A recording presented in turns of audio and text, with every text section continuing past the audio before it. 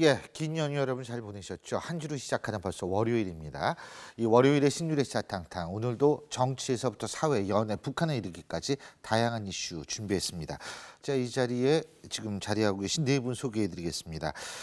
데일리안 이종근 편집국장, 그리고 백성문 변호사, 백현주 대중문화전문기자, 백기종 전 수서경찰서 강력팀장 네 분 나와 계십니다. 어서 오십시오. 안녕하세요. 안녕하십니까? 예, 그러고 보니까 백 씨가 세 분이네요. 예. 아이고. 이 씨가 진짜 아까 말씀하신 때 희성이십니다. 어떻게 백종근 국장님이라고 오늘은 보셔야 되는 거 아닌가? 예. 힘내야겠습니다. 예.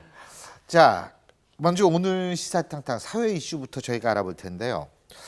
이 사실 엄마의 술 친구들하고 수시로 한 집에서 뒤엉켜서 살아있던 3남매에 관한 얘기입니다. 팀장님, 네. 이게 무슨 얘기입니까? 네, 부산 영도경찰서에서 사건을 예. 한 건데요. 엄마가 2014년도에 주점업을 하셨는데 남편하고는 이혼을 한 상태에서 예. 결국 알코올 중독 치료를 받기도 했었는데 아무런 일도 안 하면서 기초생활 보장 수급자로 생활하는데 문제는 슬하에 고등학교 18, 17세 된 딸 2명하고 중학교 다니는 15세 된 아들이 있었습니다. 그런데 12평짜리 임대 아파트에 살면서 잠금 장치도 없는 집에 밤이고 낮이고 엄마가 술 친구들을 남자친구, 여자친구를 불러들입니다. 그러면서 결국은 두 딸이 폭행을 당하고 또 한 딸은 엄마의 남자친구로부터 성추행 당하고 아들을 또 폭행을 당하고 이런 상태에서 결국 아들이 견디지 못해서 가출했다가 절도범행을 하게 되는데 결국 소년범 사건으로 취급이 되면서 경찰에 이런 집안 내력이 밝혀지게 되면서 경찰이 현지에 출동을 해서 그다음에 엄마 친구들을 포함해서 전부 형사 입건한 사건이 알려지면서 상당히 지금 논란이 되고 있는 사안입니다. 아니, 이 엄마 친구라는 사람들은 도대체 뭐 하는 사람이길래 남의 집에 와서 그렇게 술 먹고 자고 막 그런 짓을 한 거예요? 현실적으로 좀 이해가 안 되는 게요. 일단 12평짜리 집입니다. 이거는 애 엄마하고 아이들 셋이 생활하기에도 턱없이 부족한 공간인데 이 엄마가 아까 말씀하셨던 것처럼 2014년에 알코올 중독 관련해서 치료까지 받고 술을 못 끊었어요.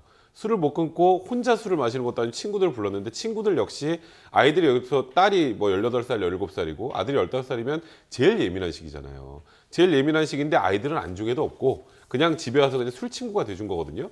이 아이들은 지금 한참 공부하고 그래야 될 나이에 사람들의 술주정을 들었던 거예요. 근데 거기서 넘어가서 한 명은 이제 첫째 딸이 오죽했으면 이 술 친구 한 명한테 제발 좀 나가달라 그런 거예요. 나가달라 그랬더니 뺨을 때리고 둘째 딸은 다른 사람들 술 사러 나간 사이에 성추행을 당하고 이 아들도 나가달라 그랬다가 또 결국은 안 돼서 가출을 하고 그러니까 저는 이 엄마도 분명히 잘못한 건 사실이지만 이 집에 들어와서 아이들이 있음에도 불구하고 아이들하고 뒤엉켜서 술을 마시고 아이들은 그냥 나 몰라라 하고 이렇게 범행까지 들은 이 친구들은 도저히 이해할 수가 없는 그런 상황인 것 같습니다.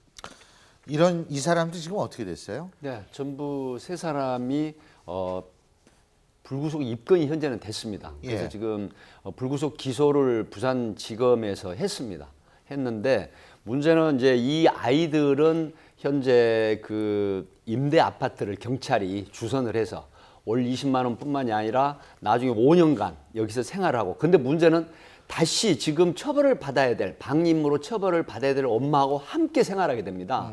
그래서 그 부분이 지금 논란이 되고 있다고는 하지만 어쨌든 보호자가 엄마밖에 없는 상황에서 아이들이 또 엄마를 원하고 있기 때문에 결국은 그 다른 임대 아파트에서 같이 생활할 수밖에 없는 그런 사안으로 지금 알려지고 있습니다. 지금 제가 화면에서 자녀들 나이를 보니까 5년이면 대부분 다 이제 성인이 되죠. 최소한도 그때까지만이라도 좀 좋은 환경에서 아이들을 교육시킬 수 있는 그런 조치가 좀 필요할 거라는 생각이 듭니다.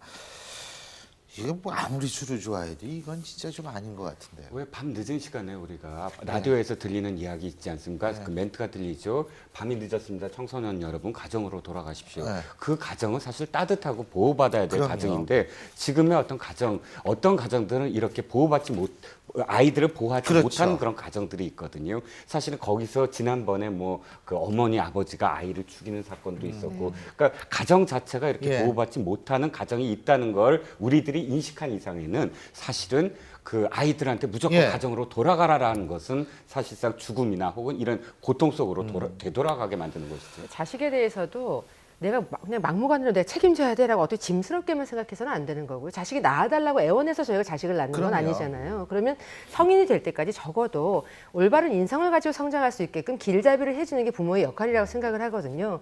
지금 삼남매 같은 경우에도 그렇게 엄마 때문에 추행도 당하고 폭행을 당했으면서도 엄마랑 살고 싶어 한다는 얘기를 아까 잠시 전에 얘기하셨죠. 엄마란 존재는 못났어도 못 배웠어도 가진 게 없어도 그냥 좋은 거거든요. 그러니까 부모가 되면 그러니까 책임, 소임에 대해서는 명확하게 인식을 맞습니다. 해야 된다고 생각을 합니다. 이게 지금 어쨌든 이 사회적으로도 사실은 정확하게 판단을 내려줘야 될 시점은 와 있다라고 생각합니다. 과연 어떻게 물론 엄마도 치료를 받아야 되겠고 참 좀 씁쓸한 얘기입니다.